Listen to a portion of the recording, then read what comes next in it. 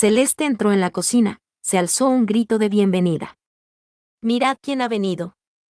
Brunella había sido la jefa de las doncellas del piso de arriba desde que Celeste podía recordar. Nuestra francesita, tan elegante que da gloria verla. La bullente indignación de Celeste empezó a remitir bañada por aquel bálsamo de admiración y afectos ciegos. Le encantaba la cocina. Había crecido allí, colgada de las faldas de su madre y, tras la muerte de ésta, Esther había fomentado que siguiera siendo la niña mimada. Conocía a todas las fregonas, le había tomado el pelo a todos los lacayos y allí podía cotillear y preguntar sin miedo a la censura. Allí no importaba que anduviera revoloteando por encima de su clase social ni que el señor Throckmorton la hubiera involucrado en cierto chanchullo internacional del señor Stanhope. Allí no importaba que su vida fuera una confusión de su preciado amor por un hombre y del indecoroso deseo que sentía por otro. Allí podía ser ella misma, allí incluso sabía que era eso. A un gesto de Brunella, se dio la vuelta, levantando el negro chal aterciopelado que le cubría los hombros para mostrar el vestido de madraz a cuadros azules y blancos que le llegaba hasta los pies. ¡Ulala! Brunella chapurreó la expresión francesa todo lo bien que le permitió su áspero acento de Suffolk. ¡Precioso! Acto seguido, la doncella entregó una bandeja a la ayuda de cámara de un caballero y lo envió escaleras arriba. Esther, la cocinera, dejó caer el cucharón y se abalanzó hacia Celeste para abrazarla. Otro tanto hicieron dos de las ayudantas de la cocina de más edad, y Arwid, la encargada de la destilería, que llevaba haciendo conservas y licores desde que Celeste era capaz de recordar. Todos la rodearon lanzando exclamaciones y recordando viejos tiempos con ella hasta que Esther envió a las cocineras de vuelta al trabajo, le dijo a Arwid que necesitaba mermelada de frambuesa para el pastel de la tarde e hizo un gesto hacia la gran mesa, que todavía crujía bajo el peso del desayuno de la servidumbre. «Ahora siéntate, Celeste, y te serviremos de comer algo como Dios manda», la invitó. «En esta cocina no se dan caracoles ni nada que se le parezca». Celeste se abstuvo de comentar que había comido realmente escargots y que le habían gustado una barbaridad. «Gracias. El desayuno huele de maravilla», dijo en su lugar. Grandes tartas de arenque salpicaban los tablones, la harina de avena humeaba en sus cuencos y había coloristas jarras de cerámica que contenían crema blanca. En una bandeja, triángulos de crujientes bollitos marrones se amontonaban en unas pilas enormes, mientras que sobre ellos se derretían trozos de mantequilla, que chorreaba hasta la base formando un charco dorado. Y cuál oprobioso manchón escarlata, allí, en el centro de la mesa, descansaba un gran cuenco de fresas en rodajas que esperaban a ser esparcidas sobre los bollitos o la avena. Celeste apartó la mirada. Por lealtad al pobre Eley, no debería querer ni una. Pero quería.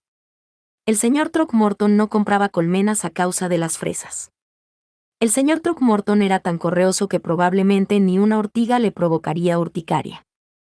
Todos los empleados que trabajaban fuera de la casa estaban sentados en los bancos de una de las mesas repletas de comida, los mozos de cuadra y los jardineros subalternos, y en un extremo, el caballerizo, y en el otro, el padre de Celeste, con la cara todavía húmeda por estar recién lavada y el pelo peinado hacia atrás con agua. En los 4 últimos años había perdido un poco más de pelo, y el que le quedaba estaba más gris, pero en general sus facciones caídas y su cuerpo tosco eran, hasta donde la memoria de Celeste alcanzaba, los mismos de siempre. Sin embargo, hablaba menos y con más parsimonia. Celeste pensó que se había sentido solo durante su ausencia, y su mirada vagó por la cocina mientras intentaba escoger a una mujer que tuviera la sensatez de quererlo y la habilidad para casarlo. Su mirada se detuvo en Esther. Esta, quien, al tiempo que le propinaba un sopapo al galopillo por hacer girar el asado con demasiada lentitud, le daba una paliza a la masa subida del pan. Debía ser Esther, pero ¿sería un obstáculo el recuerdo de la madre de Celeste reinando en la cocina? «Buenos días, padre». Solaz se acercó a él y lo besó en la mejilla. «Buenos días, hija». Con la mano sobre el brazo de Celeste, la retuvo junto a él durante un instante. «Me alegro de que hayas vuelto». Celeste lo volvió a besar y dio las gracias a los muchachos cuando estos se corrieron en el banco para dejarle un sitio junto a su padre. Se sentó y contempló la bulliciosa cocina con un agradecimiento nostálgico. La servidumbre de Whitehall se afanaba en preparar las bandejas para los aristócratas y daban de comer a la legión de primeras doncellas y ayudas de cámara que habían llegado para servirlos. Al mismo tiempo, Estelle seguía teniendo que supervisar el desayuno de todos los sirvientes de Whitehall, además de planificar las comidas de todo el día. Ea, Celeste, coge un bollito. El viejo y desdentado Travis, quien, pese a llevar en la propiedad 50 años, era un castizo de Londres, le puso el plato debajo de las narices. Celeste cogió uno sonriendo al anciano. A continuación, todos los hombres empezaron a pasarle fuentes y, dependiendo de su edad, la observaban con afecto o embelesamiento, mientras ella llenaba su cuenco con harina de avena y le echaba fresas cortadas por encima. Cuando tuvo más de lo que presumiblemente era capaz de comer, los hombres la acosaron a preguntas sobre su vida. ¿Es tan alegre París como dicen, Celeste? ¿Ibas a bailar todas las noches, Celeste? Háblanos de esos extranjeros, Celeste. ¿Te gustaban más que nosotros? Con la cuchara suspendida sobre su harina de avena, Celeste sonrió. Sí, sí y no. De ya comer a la chica, ordenó su padre. Ya está bastante delgada. Pero es tan bonita, musitó uno de los ayudantes de Milford. Celeste le dedicó una sonrisa radiante. Metiendo la cuchara en su harina de avena con un apetito que nunca se atrevería a mostrar en el piso de arriba, Celeste aplacó lo más apremiante de su apetito, y, al levantar la vista, se encontró que Esther la observaba con las manos en sus anchas caderas. No hay nada como una buena comida, ¿verdad? Dijo la cocinera con su cálido y amistoso deje escocés. La mejor que he tomado en años, respondió Celeste. Erne, el entrometido guardés del parque y cotilla inveterado, o al menos eso decía Milford de él, cambió el peso de su cuerpo de un pie a otro. Celeste, si has terminado de comer, cuéntanos cómo va lo del señorito Eley. Celeste se estremeció y confió en que su padre no se hubiera dado cuenta. Está mejor. Se le ha pasado el sarpullido y la mayor parte de las contusiones se le han curado. Anoche se enredó en un rosal y ahora luce unos cuantos arañazos nuevos. Milford bebió un trago de cerveza. Celeste evitó la mirada tranquila de su padre. Pero anoche no estuviste en la velada musical. Era evidente que Ernest se lo había tomado como una infracción. ¿Es que te ha hecho insinuaciones indecorosas? Esther infligió otro puñetazo a la masa subida del pan. Es un chico majísimo, pero si hace tal cosa, le pongo aceite de ricino en la botella de whisky. No, no. Solas se apresuró a aclarar la cuestión antes de que a sus amigos se les fuera de la mano. Eley era el favorito de la servidumbre, sobre todo del sector femenino y especialmente de Brunella, a quien él solía engatusar para conseguir un pan recién hecho o un banquete a medianoche. El señorito Eley ha sido muy amable en todo momento. Excepto ese día, después de que hubiera estado bebiendo e hiciera acusaciones sobre ella y el señor Throckmorton. El señor Throckmorton, sí, quien la había enviado a buscar. El señor Throckmorton, en efecto, a quien ella había desafiado. El señor Throckmorton, en quien no estaba dispuesta a pensar. Pero considerando el lío en el que estaba envuelta, las mezquinas insinuaciones de Eley no tenían ninguna importancia. No fui a la velada musical porque intento estar con las niñas y, bueno, ya sabéis que no sé cantar ni tocar el arpa, al menos, no demasiado bien. Neville, el encargado de sacar brillo a la plata y quien durante las comidas realizaba funciones de lacayo, dijo. Odd me dijo que Caudon le había dicho, al cual, a su vez, se lo había dicho Dina, quien estaba limpiando el polvo del despacho del señorito Garrick, que se suponía que ibas a trabajar para el señor Throckmorton encargándote de alguno de sus asuntos. ¿En serio? ¿Y qué le pasa al señor Stanhope? Arwydd había vuelto sigilosamente de la destilería. Que se le ha inflamado un huevo, dijo Erne. Brunella esperó a que la risilla generalizada se apagara antes de preguntar, bueno, Celeste, ¿qué tal resulta trabajar para el señor Garrick? Magnífico. A Celeste se le quitaron las ganas de seguir allí, en la cocina. La sensación de estar en casa había desaparecido en cuanto los sirvientes empezaron a cotillear sobre Garrick. Algo que, sin embargo, no le había preocupado nunca antes. Para ella, como hija del jardinero, como para toda la servidumbre, los tejemanejes de la gente de arriba era terreno abonado para la murmuración. En ese momento se sintió dividida en sus lealtades, sin saber cómo responder, y de todos modos no quería pensar en Throckmorton. El señor Garrick es aún más rico que el señorito Eley, dijo Esther en un tono meramente especulativo. Por Dios, no empiece otra vez con eso, protestó Milford. Acuérdate que te lo he dicho muchas veces, Celeste, casarse con un rico es tan fácil como hacerlo con un pobre. Astrid dio una palmadita en el brazo de Celeste y miró con hostilidad a Milford, quien le devolvió la mirada con firmeza. Fueron tan furibundas las miradas que intercambiaron que Celeste renunció a cualquier idea de unirlos.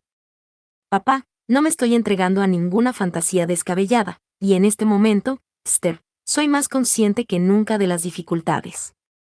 Pero yo no entiendo nada. Una de las chicas del pueblo, contratada para ayudar durante las celebraciones, seguía con atención la charla con el ceño fruncido en su cara ancha. ¿Estás interesada en el señorito Eley o en el señor Garrick? En el señorito Eley, respondió Celeste de inmediato. La chica prosiguió como si Celeste no hubiera hablado. Porque me parece que cualquiera de ellos sería un buen partido para la hija del jardinero. Y la boda sería tan increíble como que el mar se case con la orilla. Irritada y avergonzada, Celeste replicó, no estoy interesada en casarme con el señor Throckmorton. No tiene oro suficiente en sus arcas para obligarme a querer a alguien tan frío y poco apasionado como él. Al terminar su ardorosa declaración, nadie respondió.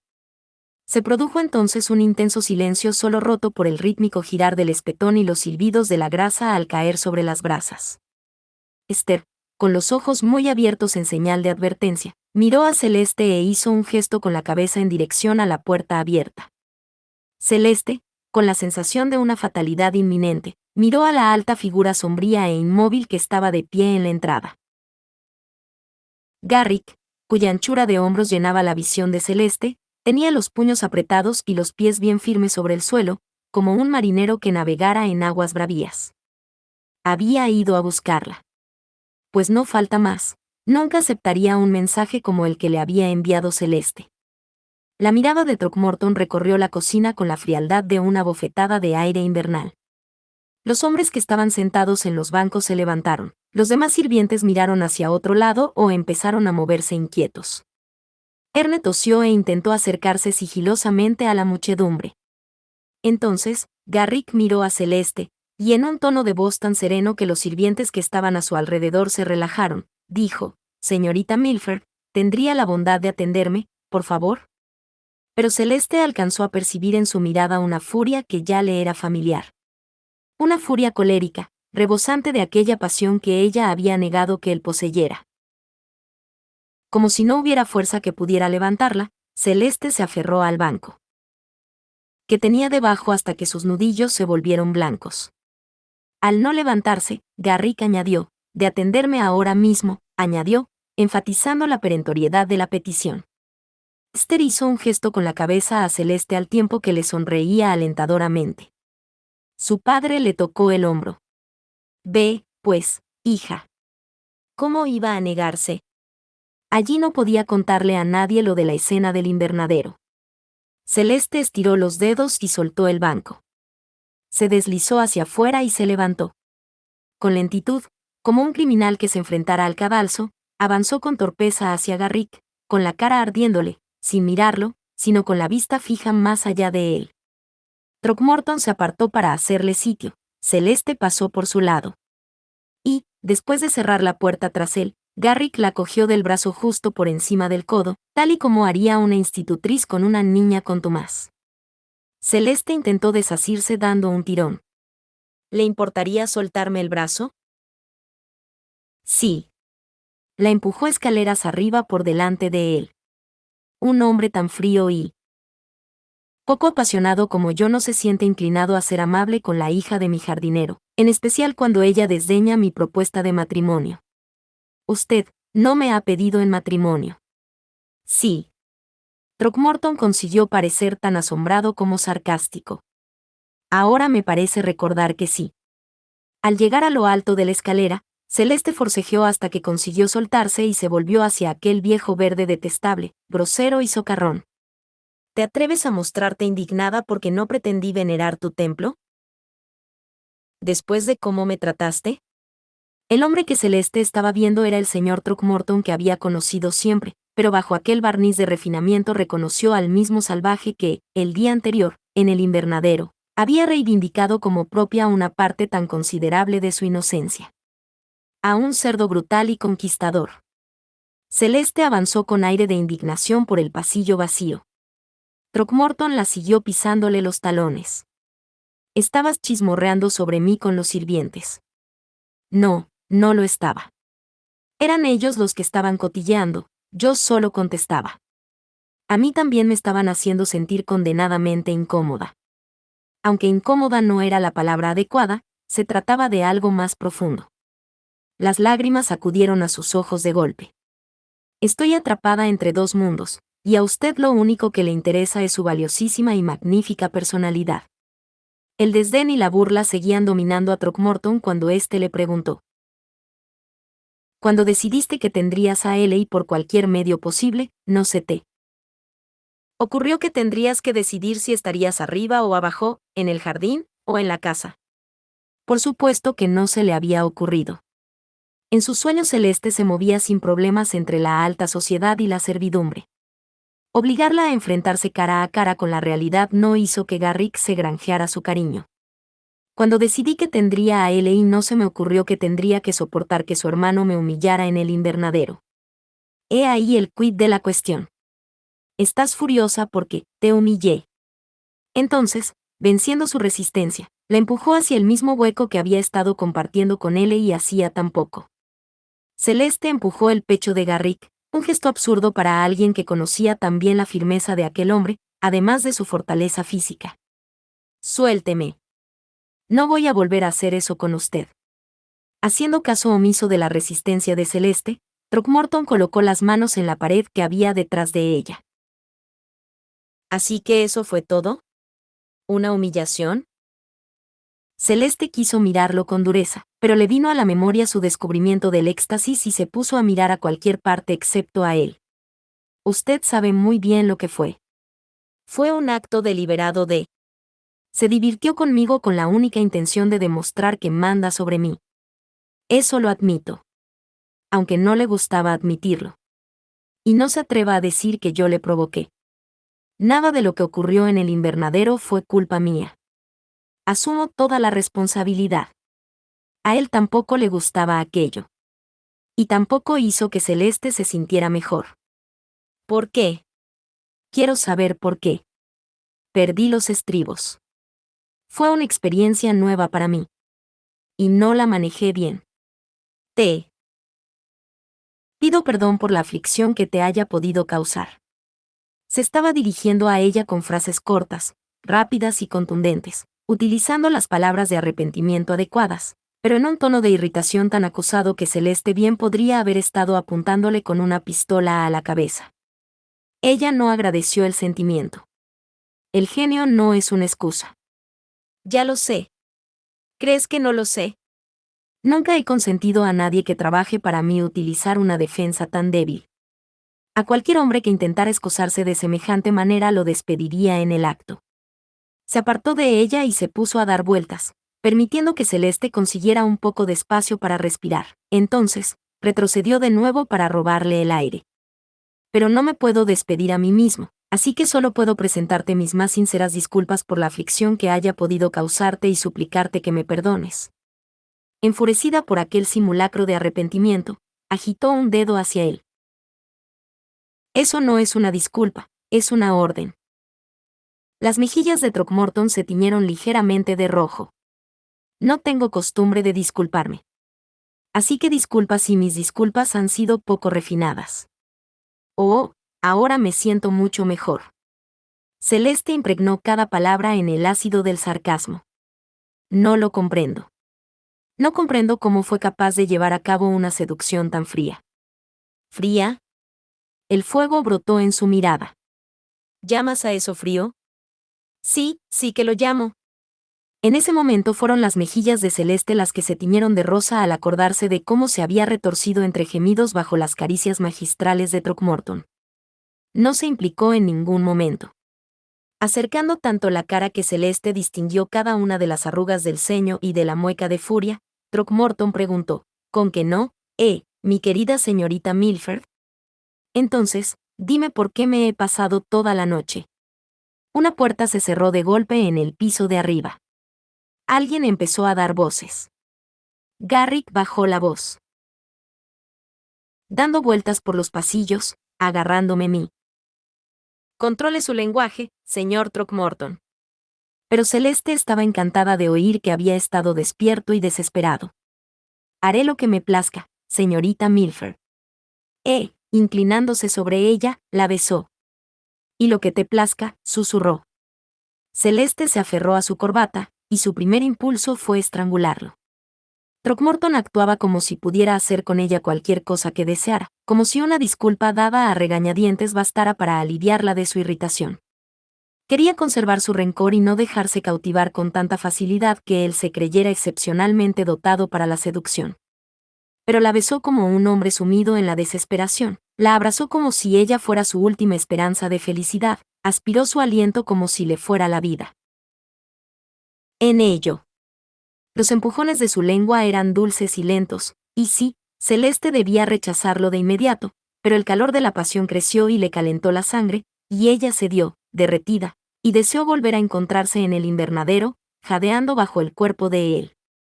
Del piso de arriba llegaron más gritos, pero Celeste apenas los oyó, antes bien, le arrastró las manos por el pelo, manteniéndolo prisionero de su deseo. Cuando se separaron para recuperar el resuello, Celeste consiguió articular un reproche que en nada se parecía a la facilidad con que su cuerpo se había amoldado al de Garrick. Debería avergonzarse por mortificarme adrede. He sufrido, le aseguró Throckmorton febrilmente. De arriba llegó el ruido de unas pisadas que corrían en desorden por los suelos de madera. Él le cogió la mano y se la llevó hasta la parte delantera de sus pantalones. Celeste sabía cómo estaba hecho un hombre, por supuesto, porque había visitado Roma, que estaba plagada de estatuas decadentes. Desde luego que conocía los rudimentos del apareamiento, porque había vivido en el campo sus primeros 18 años. Pero tocar realmente a un hombre, descubrir lo que el deseo era capaz de provocar. En ese momento no supo si debía quedarse a explorar o echar a correr pidiendo socorro.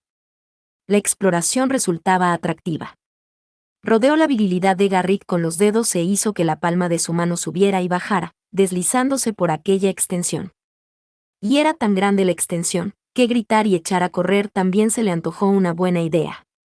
Ella confirmó su recelo con otro movimiento de la mano, sin acabar de creerse que él realmente albergara tantísimo deseo dentro de sí que estuviera deseando introducírselo dentro de su ser. Mirándolo a los ojos, Celeste susurró, es tremenda. No es la envergadura de la varita mágica lo que importa, es la magia que contiene en su interior, le contestó él en otro susurro. Tenía que ser mágica. No podía fallar. Garantizo el encantamiento. Throckmorton cerró los ojos y apretó la mano de Celeste contra él con fuerza. Prometió que no lo haría. No puedes exigirme que lo cumpla. No puedes. El dolor y la pasión estaban grabadas en sus facciones, endurecidas por un ardor que Celeste no acababa de comprender del todo. Pero tienes razón. No lo haré. No debo. Pero tenemos esto. Colocándose las dos manos de Celeste alrededor del cuello, volvió a besarla y balanceó las caderas contra ella. Alguien bajaba corriendo por las escaleras. ¿Cómo hacía aquello? ¿Cómo un beso de aquel hombre podía provocar enfado, euforia y sobre todo deseo? No era justo que cuando le apretaba los labios contra la boca, Celeste se olvidara de los pecados de Throckmorton y solo se acordara de la satisfacción de encontrarse entre sus brazos, excitada, atendida, enseñada. Quiso estar rabiosa y, sin embargo, se moría de ganas de acostarse con él y descubrir la magia que le había prometido.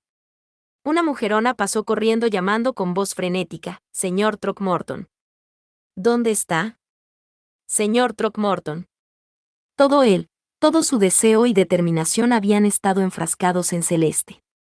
En ese momento, su extraordinario interés se apartó bruscamente de ella. Sin ademán o señal alguna de arrepentimiento, Throckmorton salió del hueco de la escalera. Señora Brown.